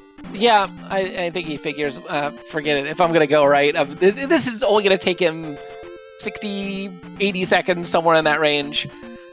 Just be safe about it at this point. I don't blame him. Yeah, Tutor in Death Valley headed into P4, just got done with P5 and P3 were sitting next to each other there. He's done with those. He's headed into Death Valley. This is his final palace he needs to do. Karak wasn't too far in, according to Patrick's side, but there were options, I think, so we'll see if Tutor ends up on the right path. Yeah, the thing's going to be really sad for Tutor is if this Thunder does end up being required, it's going to be GG probably. Yeah. There's still options. Again, we saw a couple paths that Patrick could have taken, but you never know. Runners in the previous tournament had entered GP 15, 20 minutes behind and still ended up winning because they happened to find that one path that takes you straight to where you need to go. Yeah, we've only seen the 4 junctions, or the three junctions so far, but those could just lead to multiple more junctions. And like you said, we could have upwards, up to a 40 room GP, and if it starts to get a little bit tougher with this lower resource on life and heart containers, if Patrick starts taking a bunch of deaths and game overs in some bad waffle or emoji rooms or fun rooms, that could spell disaster for him as Tutor closes the gap. Yeah, and especially because since Patrick has that Thunder spell, I wouldn't be surprised if he says, well, I have Thunder now. I'm going back in that direction anyway. I might as well check behind T-Bird. Yeah, so I was wrong. There was actually two lefts there in that last elevator shaft. There was a right, but it's a dead end. So, and yeah, he's going for Thunderbird. Yeah, I think so too. And then, of course, it'll be 8 rooms after Thunderbird, right into a dead end, and he'll be like, "Oh my god." Yep. Pretty sure Tutor's on the right path there. I do remember seeing this because it was an item room at the bottom of that elevator, and up was then into the fake item room, community room there that Tutor just came through into this repurposed death-mounted room for palaces. And I appreciate Patrick's use of fairy here. That room is absolutely way deadlier than it looks, and just cast fairy, just get through it. Yeah, sometimes you can get lucky when you walk in there because the birds, those are some of the enemies that read your input in this game. And sometimes if they don't jump, they'll just walk backwards off those platforms. But if they start jumping at you, then they can really get right in your face. Yeah, and even if there's just bots sitting on the platform, some of those jumps are a little bit tight. That first jump especially is a pretty small input window. If you've got a ton of magic like Patrick does, magic 6-8 bars, just cast fairy. You're trying to take a death here. Is Thunderbird in the next room over? Probably would make sense why he's taking the attentional death. Yeah, might be safer because the enemy's still there. No, I don't know what that intentional death was for, to be honest.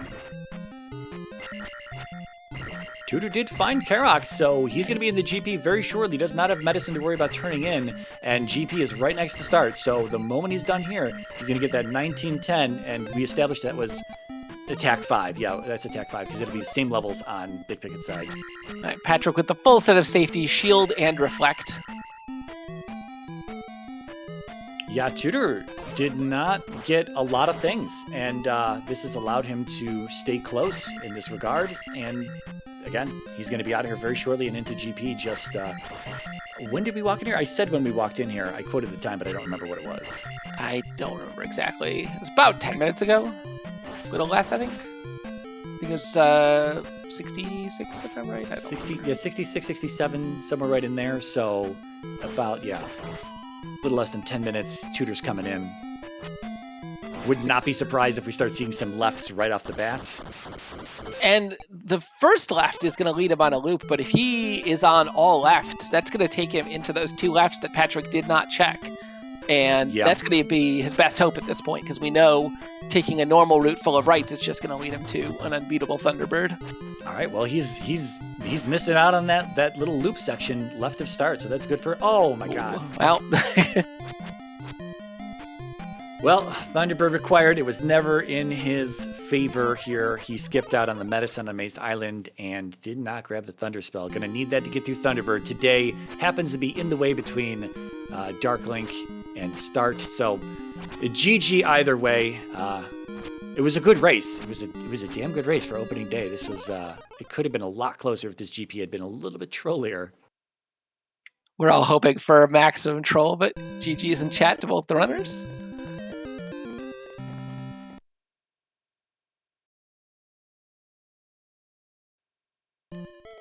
I'm sure we will get Patrick in for an interview here.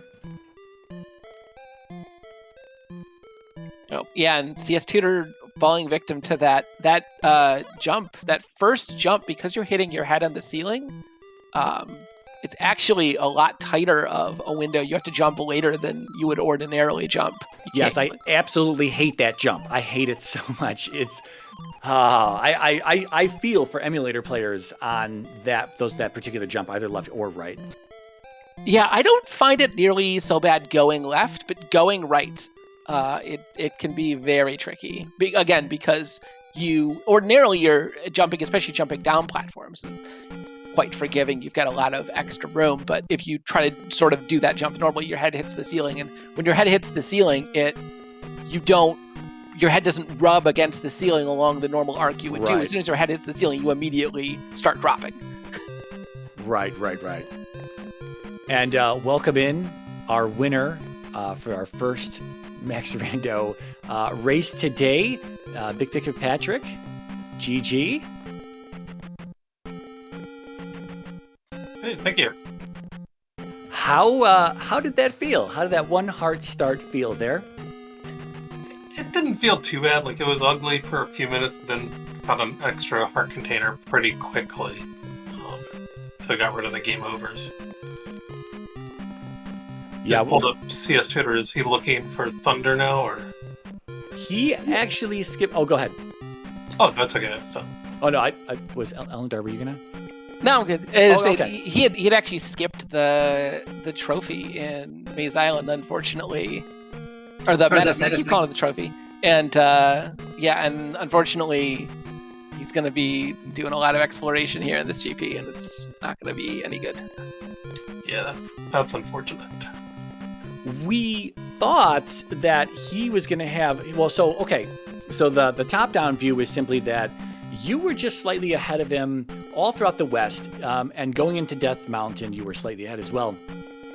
You did a good bit more exploration, I'd say, than he did. I'm sure I'm gonna guess he spent a little bit less time in Death Mountain, but it's really hard to calculate that. You both did up and A's at that point and kind of started over a few times to get through there.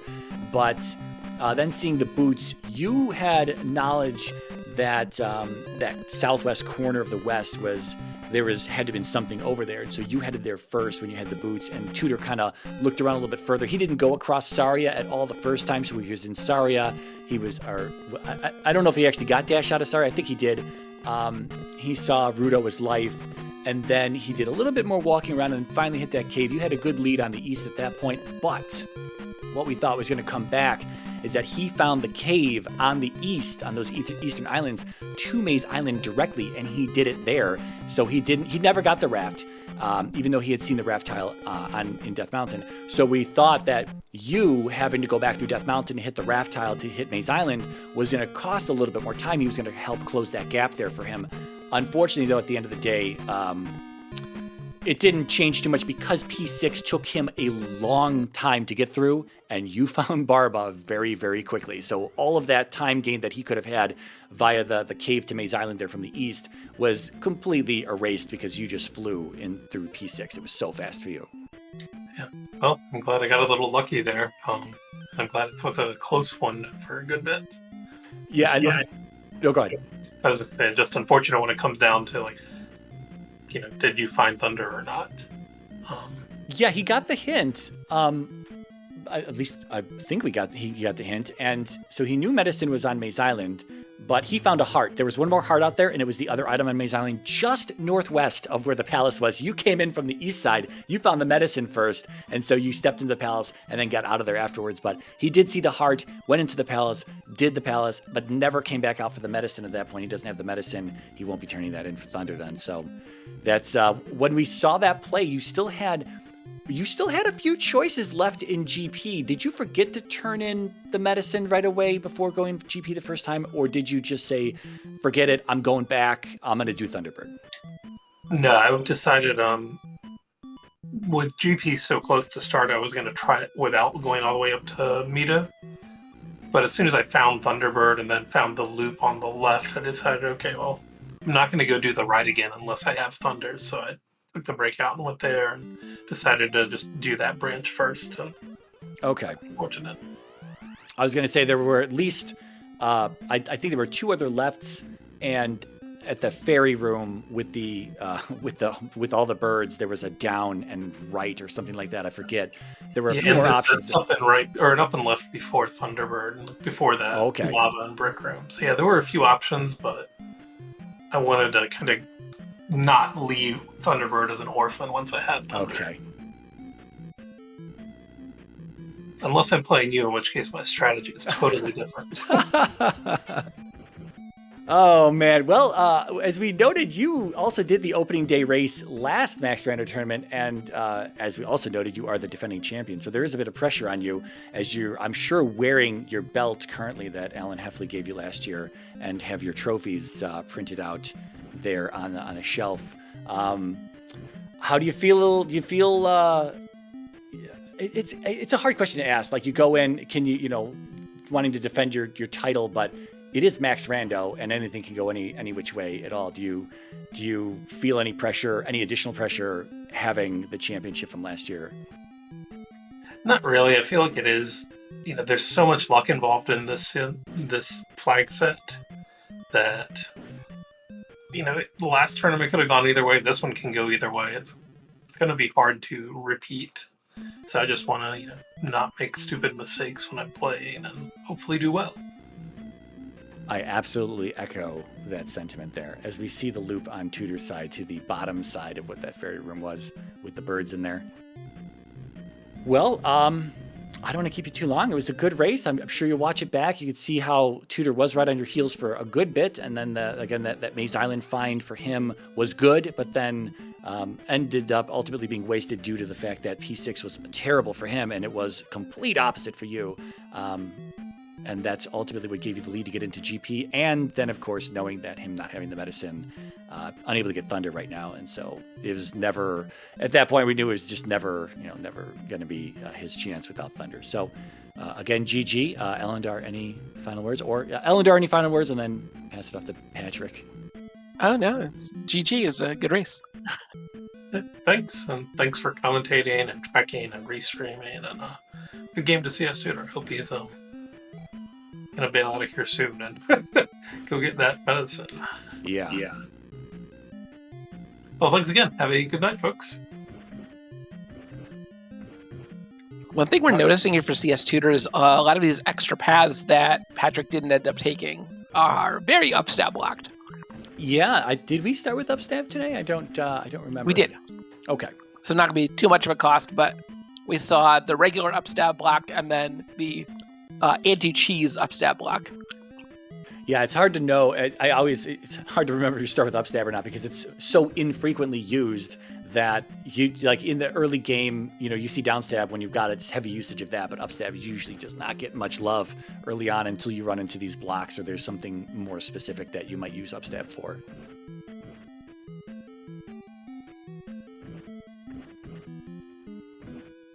But he's going to full explore this, and as we noted, there are a lot of rooms in here, so this could have been Patrick. This could have been Patrick not turning in the medicine for Thunder and looking around in these areas.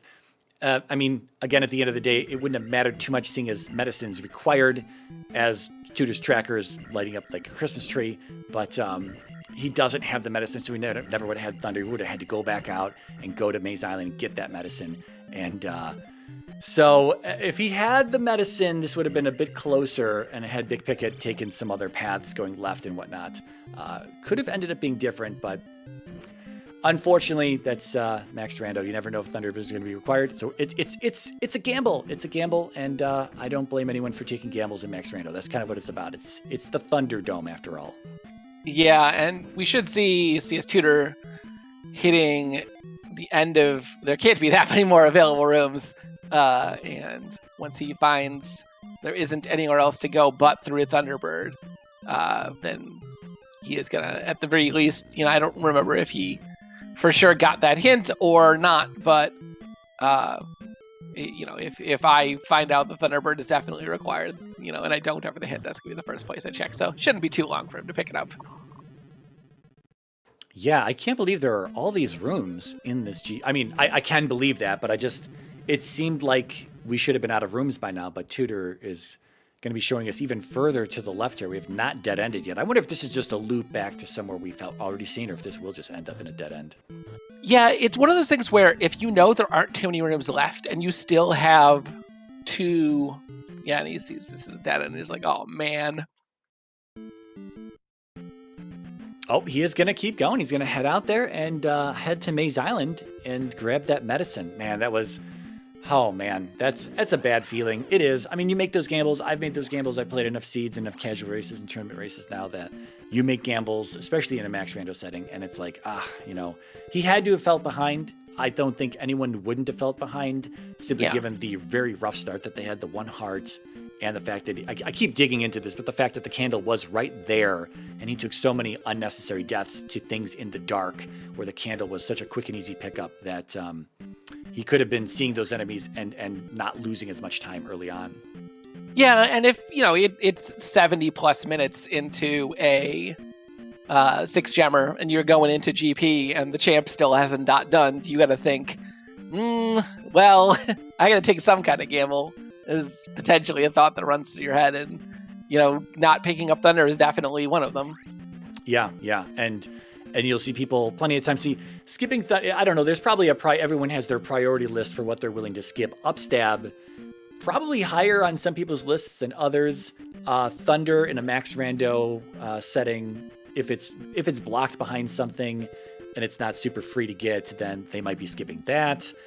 Some people, even based on the setting, you might end up skipping downstab for a while. If you just kind of find yourself stuck in an area and you don't want to head back to a west that might be difficult to navigate, and you're like, forget it, we're just going to jump into GP. I don't have downstab, let's just try it. And guess what? Sometimes it works. It's a little bit more difficult, but it can work. So yeah, we've definitely seen those kind of GPs where you sort of walk in and it's 3 or 4 rooms later, there's Dark Link, and it's like, okay, glad I prepared for this.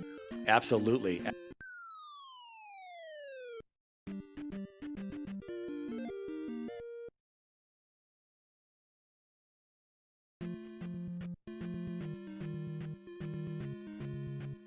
Going to see him pick up Thunder, and we definitely know CS Tutor is going to be able to go exactly the correct route to Dark Link, having already checked, unfortunately, literally every other path in GP. Yeah, there's not much behind Thunderbird. I mean, as we've seen the other, how many ever rooms that weren't behind Thunderbird, there's not that much behind him either.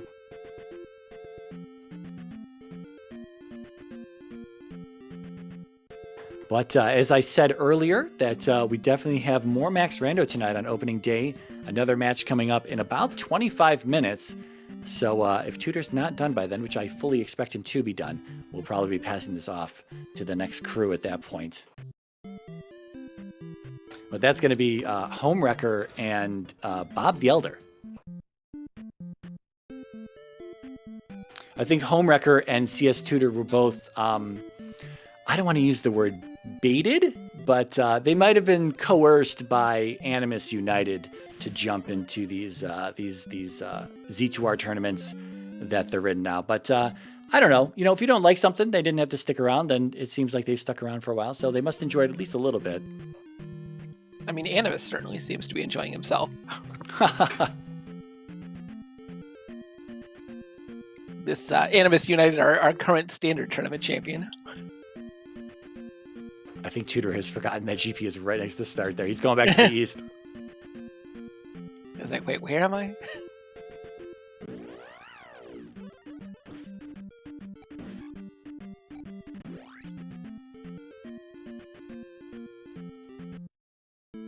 All right, here we are.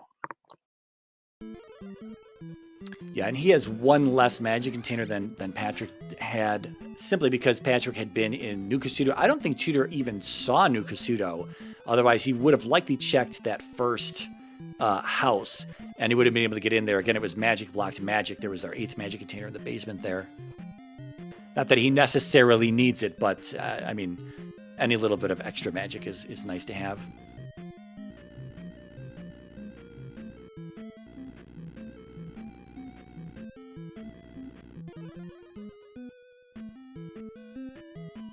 So I think it's 2 more rooms here to a junction, and then it's up and right, and I think it's just straight right from there. Patrick did note that there was one final junction right before Thunderbird that went up and left, but and I'm positive that CS Tutor has taken that already, so he knows where he needs to go. Yeah, it's gonna take him through that. There's that junction that Animus took Patrick. So Animus that Patrick took the intentional death in. And then the surprise Bird Night room. Yes.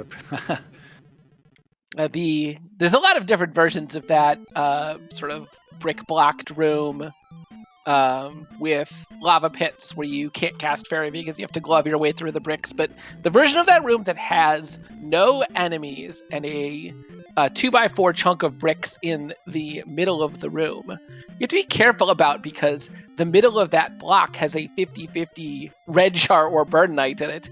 And if you are not prepared, you could be rudely surprised by some spicy chicken action. Yeah, that's something that, without a doubt, catches this room right here is what you're talking about. It's going to catch people off guard. I'm pretty sure Tutor knows that that's the... Oh, yeah, he remembered right at the last moment they're going to go over that block. Yeah, if you don't want to take the risk on the 50-50, you can go over it. But if you are feeling dangerous, or you feel like you just need the magic, like in a situation like this, wouldn't have been unreasonable to try and take the gamble just because you know you definitely need the magic in the next room. But yeah, taking a death not going to be difficult. I think even with 7 bars, he should be able to get Thunder and Shield and Reflect. Yeah, I think you can get Reflect in there as well, I think it was 23. He's not going to go for it. It's a relatively minor improvement. Would cost him a couple more dashes, but just going to play this as is. Yeah, for anyone who doesn't know, Reflect shrinks your hitbox, but it allows you to block the fireballs if your shield touches the fireballs from numerous enemies, including Thunderbird here. You can block fireballs. If you feel you're getting closed into the corner, you might get a lucky block in on one of those fireballs, which is, of course, nice, rather than taking a fireball from Thunderbird, which is going to hurt more often than not. Yeah. It's... I was looking through the damage tables earlier and discovered that while there are 7 different kinds of enemy damage tables, Thunderbird is in his own table. That is just all of the damage. Every single level is extremely high. Yeah, level truck. He hits like a truck. You can't underestimate Thunderbird. It's life 6. That would have, if life, if I don't know. I don't think that could have been a one shot, but life 5 could have been a one shot at those hearts. That if not, it would be very, very close as Tutor walks into Darkling's room. Yeah, he is on effectively no health, but I think he does have another life remaining. So. Yes. Probably some corner crouch stats here, and the only thing you got to watch out for in the corner crouch strats is if Darkling jumps on you. At that point, you're going to want to do a jump move yourself to not be landed on by Darkling, but only a few hits left. But Darkling also always takes 8 hits, no matter what your attack level is. And there it is, GG to Tutor.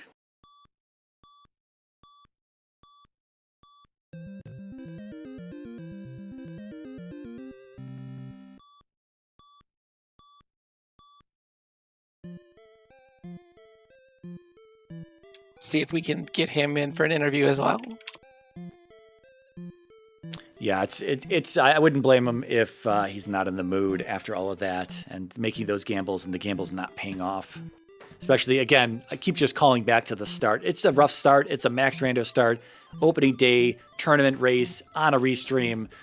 Oh, man, it's rough. It can really get to you.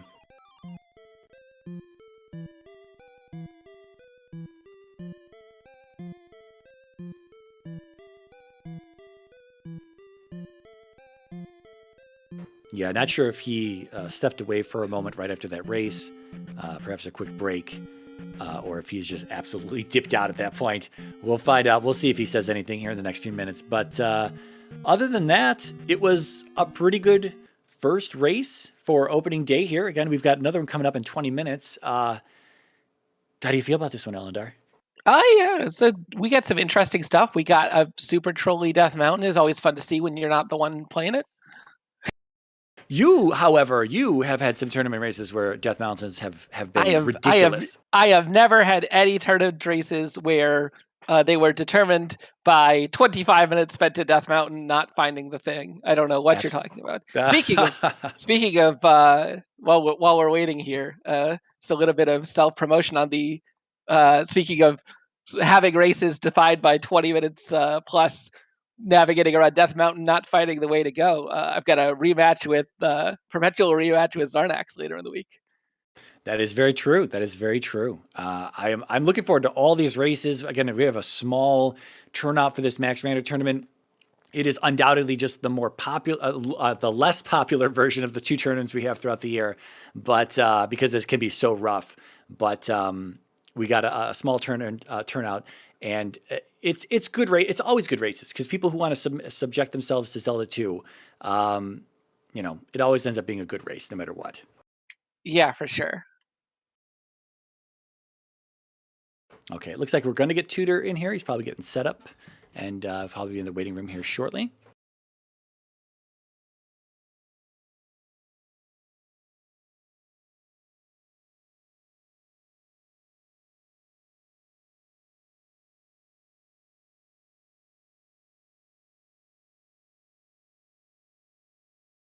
I do want to point out that 95 minutes for a 6-gem seed is really not all that uncommon when we have our standard tournaments in the summer. I mean, it's always a full 6-gem seed. You don't start with anything, and including sword techniques or anything like that. So with the rougher start that they had, 95 minutes is completely respectable time here. And a lot of people, when they start Zelda 2 Randomizer, they normally don't start with Max Rando. Not that Tutor's starting with Max Rando, but not to scare anyone off here, is that you're likely going to be 2+ hours, close to 3 hours as you get used to the randomizer and learn all of its ins and outs and all of its little things that you have to deal with along the way. And you'll probably be playing a 6-gem seed yourself. So these a perfectly fine time here. He went up against, as we've said numerous times now, veteran and previous year Max Rando champion Big Pickett. So Big Pickett with the time of almost 77 minutes, 95 minutes, not too bad at all. Yeah. I want to highlight a suggestion from chat. We could get a streamer incentive to get you to try out Zelda 1 Rando sometime. I don't know what there's been some, I don't know what this is. There's been some of this going on lately. I don't really know why there's been this desire to get me to play Z1R. I mean, it's on a map of randomizers that I'm familiar exist, but I don't know. I don't know where this has come from recently. This has been mentioned to me a few times in the last week, and I don't know. I don't know. It's one of those things. All of the randomizers, I think, feel interesting and different. So, I mean, while I haven't played Z1R, I've been trying to watch as much Z1R as I can. They have a tournament going on as well. You're part of that. My opponent tomorrow night, Paratroopa, is part of that as well. I was just watching Paratroopa's race before I had to stop and get ready for this.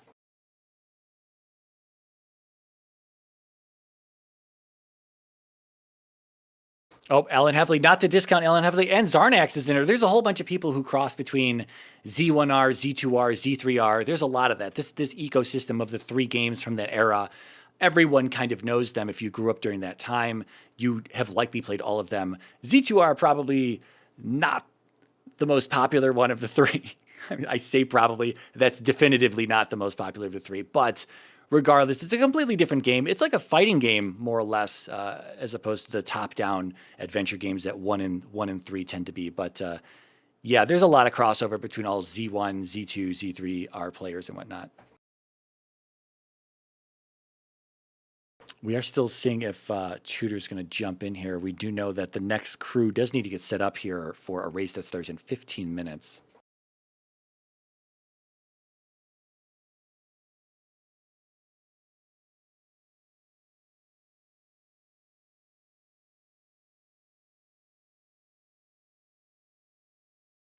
Alan saying up on Friday against former tournament champion Fury SK. Good luck. Good luck, my friend.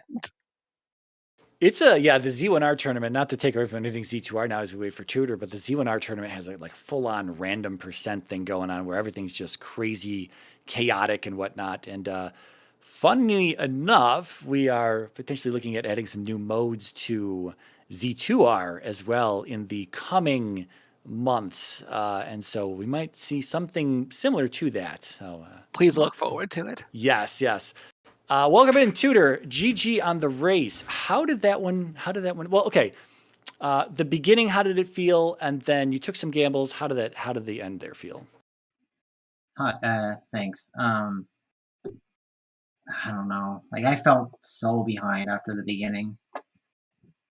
This was taking nonstop deaths, and then going to DM in the wrong location. Like, ugh, it was just bad. Like, so I just felt like I was out after about 30 minutes. Like, so I kind of not surprised what the result was, personally. Well, you will be surprised to hear that you were not that far behind for a good chunk of this. And in fact, had you gotten the medicine off of Maze Island when you were there, you still might have lost it, depending on what Patrick would have done. But you were still definitely in this. When it came down to it, you were just slightly behind Patrick throughout all of the west and the Death Mountain exploration. He found the east before you did. But there were two ways to Maze Island. You found the cave, and he found the raft in the spell tower in New Kusuto. So he took the raft. He had to go all the way through Death Mountain to take the raft tile to go to Maze Island. So he had to spend a little bit of extra time, whereas you found Maze Island very quickly. You even found the heart on there, which he did not get. And then you found P6. But what ultimately just nulled out all of that additional time you saved on finding Maze Island when you did is that P6 took you forever. That P6 was horrendous for you. And Big Picket, Patrick, he actually found Barba on his first choice through the routing. So he completely negated any of that time gain that you had on him at that point. And that kind of just stayed with him the rest of the time there. But that P6 really, really hurt you. But you're probably not going to watch it back, and that's fine. But if you did, you would see that you were pretty close. And one of the things that probably hurt you fairly early on is that he found the candle right there in the trophy cave first, and then he saw, all the caves are lit up, whereas you were trying to push through some of those dark caves with enemies and projectiles and stuff, and that was not working on one heart. But thankfully, there were at least a few hearts throughout there, even on the west, some in palaces, some on the east and whatnot. And it wasn't too horrendous at the end there. You were able to play 6 gems, get some free levels and all of that stuff. So I know it can start out, Max Rando. You've been practicing a lot of Max Rando, dude. I've been seeing you do your thing. And you prepare yourself for these starts. You hope you don't get them all the time. And unfortunately, your opening day, first race of the week in Swiss, you did. But dude, you did a good job out there. You weren't that far behind. I know you can feel behind, but you definitely weren't. Yeah. The thunder thing, like, I think that also lost me a lot of time, to be honest, too. Like, I don't know how well he did GP, but I think on my first route in through GP, I did find T-Bird fast. So if I did have it, I would have killed him at that point. So how did his GP end up going? Was it? He did find Thunderbird first. He up and A'd. He took a left at start, which was just a loop that you avoided at first. And then after that, he up and A'd, got out, turned in his medicine, because he grabbed the medicine, just didn't turn it in for Thunder right away. And then he went out, he got Thunder, came back, did Thunderbird, and that ended up ultimately being the answer. Whereas we were wondering if your gamble was going to pay off at all, but it didn't. Today was obviously Thunderbird before Dark Link. Yeah. But had he tried those other paths, you showed us like 20 other rooms in GP. So had he tried those other paths and been unsuccessful and Thunderbird wasn't blocking the way, I mean, this could have been a different GP, but it's just one of those GPs. I hate to butt in on you, but we need to get set up for the next race, like right now. So we got to cut this short. All right. Okay. But thank you all for tuning in, and stick tuned. We're going to be another race really fast in a couple minutes.